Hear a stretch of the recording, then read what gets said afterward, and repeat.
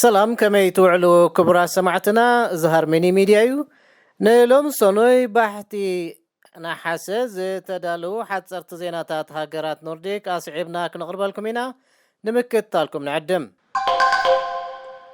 ايجنسي سدتنياتات شودن زيادة باجت حاتيتو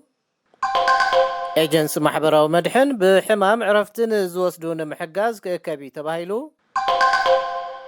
ሚኒስትሪ ጉዳያት ወፃኢ ኖርዌይ የቕሬታ ሓቲቱ ኪንግ ሄራልድ ኣብ ውድድር ጀላቡ ዓለም ኣብ ቀዳሞት 10 ተዓወቲ ተሰሪዑ ኣርስተ ዜናታት ክሰምዑ ጸኒሕኩም ክቡራት ሰማዕትና ዝርዝራት ይቕጽል ኤጀንሲ ስደተኛታት ሽወደን ዝመጽእ ዓመት ባጀቱ ናብ 7 ቢልዮን ክሮና ሽወደን ክግበር ሓቲቱላ ዝሕቶ ዘቕረበሉ ምኽንያት ኩናት ዩክሬን ካብቲ ኣቐዲሙ ተቐመጠሉ ናይ ግዜ ሰሌዳ ብዝያዳ ተናዊሑ ክቕጽል እዩ ዝብል ትጽቢት ብምህላው በቲ ሓደ ወገን በዚ ድማ ስደተኛታት ዩክሬን ኣብ ሽወደን ንዝተናውሑ ግዜ ክጸንሖም ብዝብል ስነ መጎት ምዃኑ ኣገልግሎት ዜና ሬድዮ ሽወደን ገሊጹሎ ኣብዚ ዓመት ኣስታት 55,000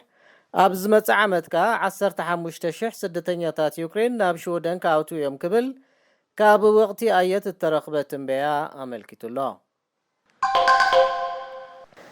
ኤጀንሲ ማሕበራዊ መድሕን ሽወደን ብሕማም ምኽንያት ዕረፍቲ ወሲዶም ዝጸንሑ ናብ ስራሕ ንምምላስ ብዝብል ምስኣቶም ኣኼባ ከካይድዩ ክትብል ኣገልግሎት ዜና ሬድዮ ሽወደን ጸብጺባላ ናይቲ በዓል መዚ ኣኼባ ብቐንዱ ምስቶም ብሕማም ዕረፍቲ ወሲዶም ዝጸንሑ ሰራሕተኛታት ከምኡን ተወከልቲ ክነከን ጥዕናን ሰራሕተኛታቶምን ከጠቓልሉ ተባሂሉሎ ናይ ቅድመ ትምህርቲ መምህር ማርያ ንልዕሊ 1 ዓመት ዝኣክል ብሰንኪ ሕማም ጭንቀት ዕረፍቲ ወሲዳ ድሕሪ ምጽናሓ ኣብዛ ኣኼባ ክትሳተፍ ምኽኣላ ከም ዘሐጎሳ ገሊጻላ ሓንቲ ኖርዌጃዊት ዲፕሎማት ሆቴላት ሩስያ ጽሬት የብሉን ሩስያውያን ክጸልእ ጉድየ እናበለት ዘርኢ ቪድዮ ዓብዪ ኣቓልቦ ድሕሪ ምርካቡ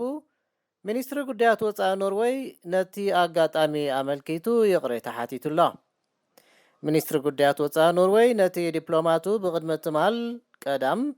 ሰራሕተኛታት ሪሰፕሽን ሆቴል ሩስያ እናባጮትን ሕማቕ ባህርያትን እናርኣየትን ብካሜራ ድሕነት እተቐድሐን ኣብ ቴሌግራም ተዘርግሐን ቪድዮ መልኪቱ ይቕሬታ ሓቲቱሎ ህዝቢ ኖርዌይ ኣብ ልዕሊ ሩስያውያን ዘለዎም ኣመለኻኽታ ፈጺሙ ኣየንጸባርቕን እዩ ብምባል እቲ ሚኒስትሪ ይቕሬቱ ኣቕሪቡሎ እታ ዲፕሎማሰኛ ሩስያውያን ክጽልኡ ንመዓት እዮም ዳሓርካ ካብ ሃገራት ስካንዲኔቪያ ስለ ዝኾንኩ ጽረይ ዝበለ ክፍሊ ኣዳልውለ እናበለት ዘርኢ ቀዳሕ ቪድዮ ብቐዳም ጥራይ ፍርቂ ሚልዮን ሰባት ከም ዝረኣይዎ ኤኤፍፒ ጸብጺቡሎ ምስ ሃርሜኒ ሚድያ ከም ዘለኹም ክቡራት ሰማዕትና ኣብዚ ሳምር ብጠቕላላ 10,000 ካብ ኣርላንዳ ዝነቕሉ መገሻታት ከም እተጎናደቡ ሬድዮ ኤኮ ጸብጺባ ማዕርፎ ነፈርቲ ኣርላንዳ ብመንግስቲ ብዝውነን ኩባንያ ስዋዳቪያ እዩ ዝካየድ እቲ ማዕርፎ ነፈርቲ ኣብዚ ሳምር ብነዋሕቲ መሳርዕ ሕፅረት ሰራሕተኛታትን ካብ 29 ሰነ ኣትሒዙ ንክልተ ሳምንታት እተኻየደ ኣድማ ሰራሕተኛታት መንገዲ ኣየር ስካንዲኔቪያን ኣሸጋሪ ግዜ ምሕላፉ እቲ ዜና ወሲኹ ገሊጹሎ ኣብ ወርሓ ሰነን ሓምለን ካብ 10 በረራታት ማዕርፎ ነፈርቲ ኣርላንዳ እቶም 4 ወይ ዶንግዮም ወይ ተሰሪዞም እዮም ክብል ካብ ዩሮ ኮንትሮል እተረኽበ ሓድሽ ስታቲስቲክስ ኣመልኪቱሎ እዚ ጽቡቕ ኣሃዝ ኣይኮነን እንተኾነ ግና ካልኦት ማዕርፎ ነፈርቲ ኣውሮጳውን ተመሳሳሊ ምድኑጋይ ምእንጋደን ነዚ ምድኑጋይ ተወሳኺ ጽልዋ ገይሩሎ ክብል ኖርዌጃዊ ቴንታኒ ኣንስ ዮርገን ኤልኔ ንኤኮት ሓቢሩሎ ኣብ መወዳእታ ብቐዳም ኣብ ዝተኻየደ ውድድር ጀላቡ ኪንግ ሄራልድ ከምኡውን ኩሩ ናይታ 8 ሜትሮ ዝነውሓታ ጃልባ ሲራ መበል 10 ደረጃ ሒዞም 85 ዘዕድሚኡ ኪንግ ሕጂ እውን ናይ ምጅላብ ክእለቱ ዝለዓለ ምህላው ተረጋጊጹሎ ጃልባ ኪንግ ኣብ ጀኔቫ ቅድሚ መወዳእታ መዓልቲ ውድድር ኣብ መበል 13 ደረጃ ምንባራ ድሓር ግና 57 ደረጃ ብምጭባጥ ብጠቕላላ ውፅኢት ካብ 24 ጀላቡ ኣብ መበል 10 ደረጃ ምውዳን ኪንግ ክእለቱ ከም እተመጎሰን ተፈሊጡ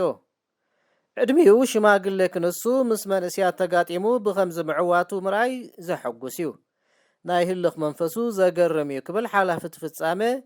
ጂን ኦሊቨር ከር ንማዕከን ዜና ኖርዌይ ገሊጹ ኣሎ ካልእቲ ጃልባ ኖርዌይ ኦን ኩኑትሰን መበል 14 ደረጃ ሒዛ ወዲኣላ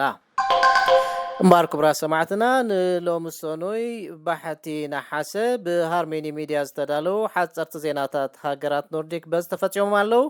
ስለምክትታልኩም ኣዚና ነመስግን ሰላም